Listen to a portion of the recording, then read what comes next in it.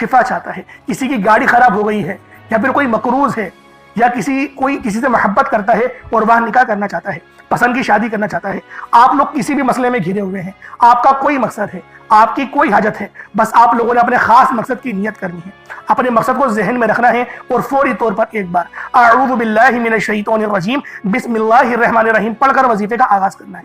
اب آپ لوگوں نے پہلے نمبر پہ کیا کرنا ہے، جب آپ نے وظیفے کا آغاز کر لیا، اس کے بعد آپ لوگ یوں محسوس کریں جیسے اس دنیا جہان سے آپ کا تعلق ختم، آپ کا تعلق دنیا سے ختم ہو گیا۔ آپ لوگ یوں محسوس کریں کہ آپ لوگ اللہ پاک کی بارگاہ میں بیٹھے ہیں، یا پھر روضہ رسول کی جالیوں کے قریب بیٹھ کر آپ یہ عمل، آپ یہ وظیفہ پڑھ رہے ہیں۔ اب آپ لوگوں نے پہلے نمبر پہ کیا کرنا ہے، تو پہلے نمبر پہ آپ نے ایک اسم مبارک اللہ الصمد کو پڑھنا شروع کرنا ہے۔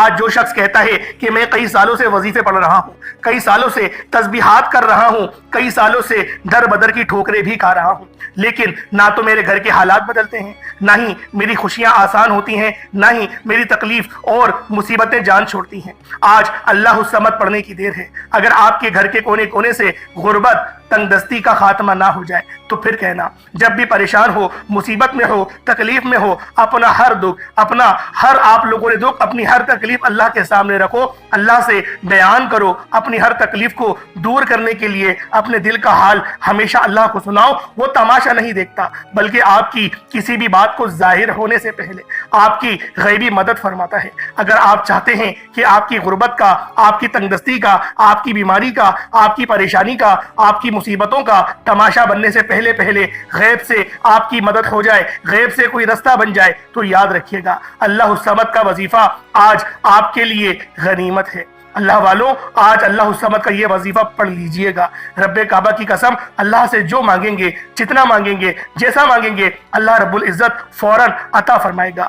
آپ نے درود پاک پڑھنے کے بعد بیٹیاں اپنے رشتوں کے لیے، نوکری کے لیے، شادی کے لیے اللہ الصمد کا یہ خاص وظیفہ، گھر میں سکون اور برکت کے لیے، کاروبار ٹھپ ہو چکا ہے، کاروبار میں ترقی کے لیے، کاروبار میں برکتوں کے لیے، اور یہاں تک کہ جو کوئی نوکری چاہتا ہے، کہیں نوکریوں کی بات چل رہی ہے، آپ چاہتے ہیں کہ یہ نوکری آپ کو مل جائے، تو اللہ الصمد پڑھنے کی دیر ہے، نوکری خود چل کر آپ کے پاس آئے گی۔ آپ نے اللہ الصمد کو پڑھنا ہے، کتنی بار پڑھنا ہے، یہ سب سے امپورٹنٹ بات ہے۔ آپ نے اللہ الصمد کو صرف اور صرف 21 بار پڑھنا ہے، 21 ٹائمز پڑھنا ہے۔ چھوٹا سا وظیفہ ہے، چھوٹا سا عمل ہے، لیکن تقدیر بدل جائے گی، نصیب کھل جائے گا۔ اللہ الصمد بے شک بڑا ہی طاقتور اور مجرب عمل ہے، لیکن جب کسی طاقتور وظیفے کو کسی خاص قبولیت کی گھڑی میں پڑھا جائے، کسی خاص مقصد کے لیے پڑھا جاتا ہے، تو اللہ رب العزت مصلی چھوڑنے سے پہلے ہر حاجت کو پورا فرماتے ہیں۔ آج جو شخص گھر میں غربت کی وجہ سے پریشان ہے، گھر میں تنگ دستی کی وجہ سے پریشان ہے، گھر میں کھانے کو کچھ نہیں، اللہ الصمد پڑھ کر اللہ سے مانگیے گا۔ گھر میں اتنا پیسہ اور دولت آئے گی کہ آپ کو سمجھ بھی نہیں آئے گی کہ آپ کے ساتھ ہو کیا رہا ہے۔ اللہ الصمد کو 21 بار پڑھنا ہے، توجہ کے ساتھ پڑھیے گا۔ اللہ الصمد، اللہ الصمد، اللہ الصمد۔ اللہ والوں صرف 21 بار پڑھنا ہے۔ اللہ الصمد کو پڑھتے ہوئے دائیں اور بائیں کندھے پر نظر مارتے جائیں۔ آپ نے اللہ الصمد کو دیوانوں کی طرح پڑھنا ہے۔ 21 بار کا مطلب ہے کہ آپ 21 بار پڑھ کر اللہ کو راضی کرنا چاہتے ہیں۔ 21 ٹائمز 21 بار پڑھ کر اپنے مقصد کو، اپنی حاجت کو پورا کروانا چاہتے ہو تو دائیں اور بائیں کندھوں پر نظر ماریں، کیونکہ آپ کے بائیں کندھے پر بھی فرشتے موجود ہیں، دائیں کندھے پر بھی فرشتے موجود ہیں۔ اور جب آپ دائیں اور بائیں کندھے پر نظر مارتے ہیں، اللہ الصمد کو پڑھتے ہیں، تو فرشتے اللہ الصمد کا ذکر اپنے رجسٹر میں لکھ لیتے ہیں۔ اور جیسے ہی آپ لوگ اپنے کندھوں پر، یعنی فرشتے اللہ کے حضور پیش ہوتے ہیں، آپ کے نامہ اعمال اللہ پاک کی بارگاہ میں پیش کیے جاتے ہیں، اور اللہ الصمد کے ذکر سے اللہ فرماتا ہے، فرشتوں یہ کون ہے جو اللہ الصمد سے پکار رہا ہے، اللہ کو اس کے نام سے پکار رہا ہے۔ فرشتے بندے کا نام پیش کرتے ہیں، فرشتے فرماتے ہیں کہ یہ بندہ آپ کے لیے اللہ الصمد کی تڑپ رکھتا ہے، اللہ الصمد کے ذکر سے بے روزگار ہیں تو بے اولاد ہیں، کاروبار میں کسی بھی پریشانی میں مبتلا ہیں، اللہ فرماتا ہے فرشتوں گواہ رہنا، میں اس بندے سے راضی ہوں اور میں نے اسے اللہ الصمد کی برکت سے مالا مال کیا۔ جاؤ، یہ جو مانگتا ہے عطا فرما دو۔ اللہ والے جب یہ وظیفہ کرتے تو دائیں اور بائیں کندھوں پر نظر مارتے، کندھوں کو نظر مارتے، آنکھوں کو بند کرتے، یوں محسوس کرتے جیسے دنیا سے تعلق ختم، اللہ کی بارگاہ میں موجود ہیں۔ آج آپ نے بھی اپنے تعلق کو دنیا سے ختم کرتے ہوئے یوں محسوس کرنا ہے کہ آپ اللہ کے سامنے موجود ہیں، آپ کی ہر حاجت پوری ہو جائے گی۔ اللہ والوں، یہ وظیفہ آپ لوگ کسی بھی نماز کے بعد پڑھ سکتے ہیں، چاہے تو فجر کے بعد پڑھ لیں، چاہے تو ظہر کے بعد پڑھ لیں، چاہے تو عصر مغرب عشاء، کسی بھی نماز کے بعد آپ لوگ یہ عمل، یہ وظیفہ پڑھ سکتے ہیں، چھوڑنا نہیں ہے۔ فیکٹری میں ہے وہاں پڑھ لیں، لیکن آپ نے اللہ الصمد کو بتائے گئے طریقے سے پڑھنا ہے۔ چھوٹی سی غلطی کوتاہی بھی آپ کو اس وظیفے سے مایوس کر سکتی ہے۔ بہتر یہ ہے کہ ویڈیو کو مکمل دیکھیں، ایک ایک نقطہ، ایک ایک چیز آپ کو سمجھ آئے گی، پھر وظیفے کا فائدہ بھی ہوگا۔ اللہ الصمد کے بعد آپ نے قرآن سورت کو پڑھنا ہے۔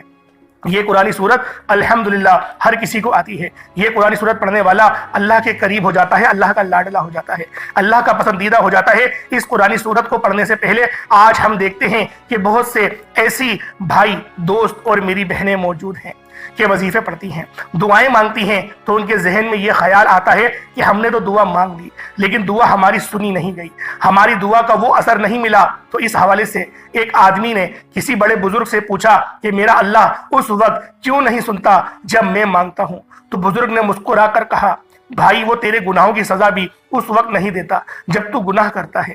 ناظرین، کتنی پیاری بات ہے۔ بزرگ نے بتایا کہ جب تو گناہ کرتا ہے تیرے گناہ کی سزا تجھے فوراً نہیں ملتی۔ جو لوگ میرے بھائی میری بہنیں مشکل وقت آ جانے پر بے صبر ہو جاتے ہیں، جلد بازی کا مظاہرہ کرتے ہیں، وہ اس بات کو یاد رکھے کہ جب ہم سے گناہ ہو جاتے ہیں تو میرا اللہ ہمیں فوراً اس کی سزا نہیں دیتا۔ اس لیے جب بھی دعا مانگے، جب بھی کوئی وظیفہ پڑھے، اللہ سے صبر کے ساتھ مانگے۔ اللہ آپ کی دعا کو کبھی بھی رد نہیں کرتا، وہ آپ کی دعا کو قبول بھی کرتا ہے، آپ کو خزانوں کا مالک بھی بناتا ہے۔